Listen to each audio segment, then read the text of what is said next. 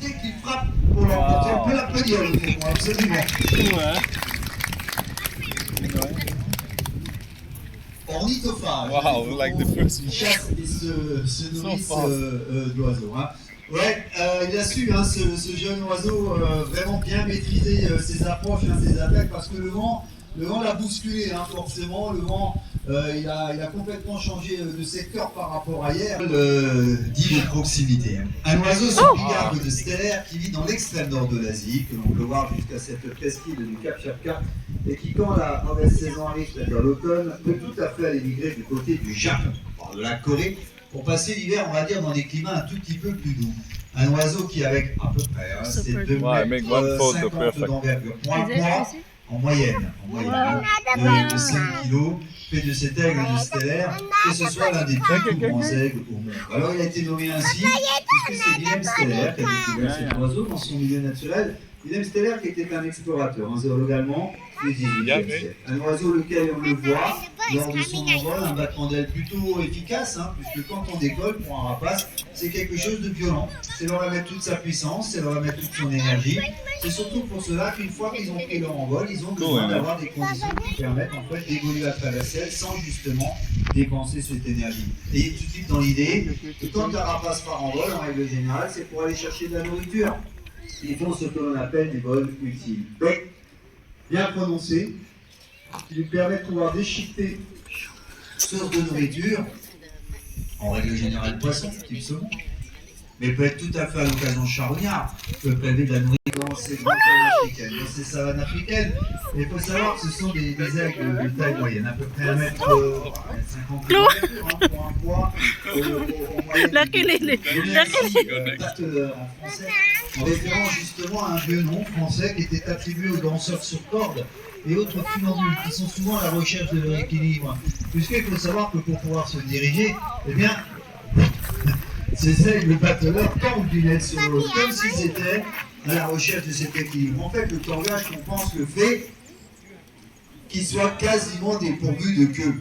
La queue qui sert chez les rapaces de gouvernail. Des oiseaux qui se nourrissent de petits rongeurs, mammifères, reptiles, ils peuvent tenir volontiers compagnie sur les cadavres d'animaux. Plutôt colorés, on le voit.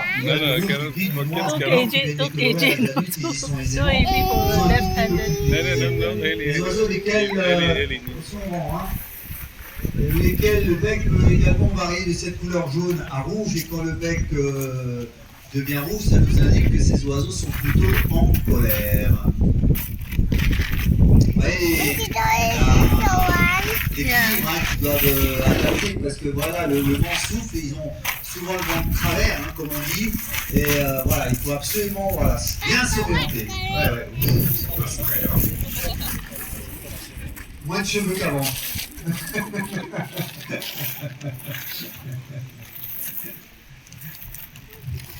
Allez, ça va être quasiment.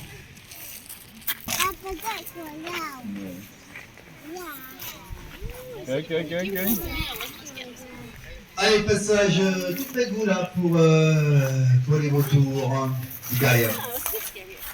Ouais, on a retour de l'hôtel, retour de blanc, attention, l'oubli à tête noire qui arrive, et puis Amérique du Sud, c'est pas africain, et puis on a encore du petit, là, du capuchon qui arrive. Et vous allez voir d'ailleurs, eh bien que pour la plupart d'entre eux, il va falloir un battement d'aile plutôt soutenu à ces oiseaux. On va à chaque fois rejoindre objectif, hein, c'est-à-dire soigneurs qui sollicitent les approches.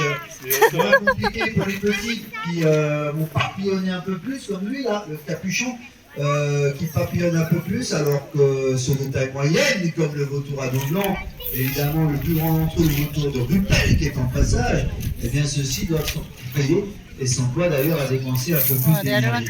Les oiseaux des vautours qui ont un rôle important dans leur milieu naturel, on les appelle les éboueurs de la nature, ils empêchent les proliférations d'épidémies, des oiseaux longtemps menacés à travers le monde, notamment Asie, Afrique, où ils ont été le sont encore victimes d'empoisonnement, et de ce fait leur population est mise à mal. Look, Haley! Ouais, le mammifère, hein, le mammifère qui survole son chêne, évidemment, ça se décale, puisqu'au fur et à mesure, Seulement se déplace afin que vous puissiez profiter du passage. Oh my goodness. Et d'ailleurs, petit à petit, tous ces oiseaux vont entrer tour à tour à leurs différents emplacements.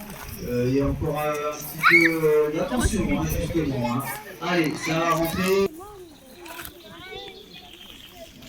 Allez, donc, qui va rentrer là. Ellie. Voilà. Allez, contact quasi direct. Donc, il y a des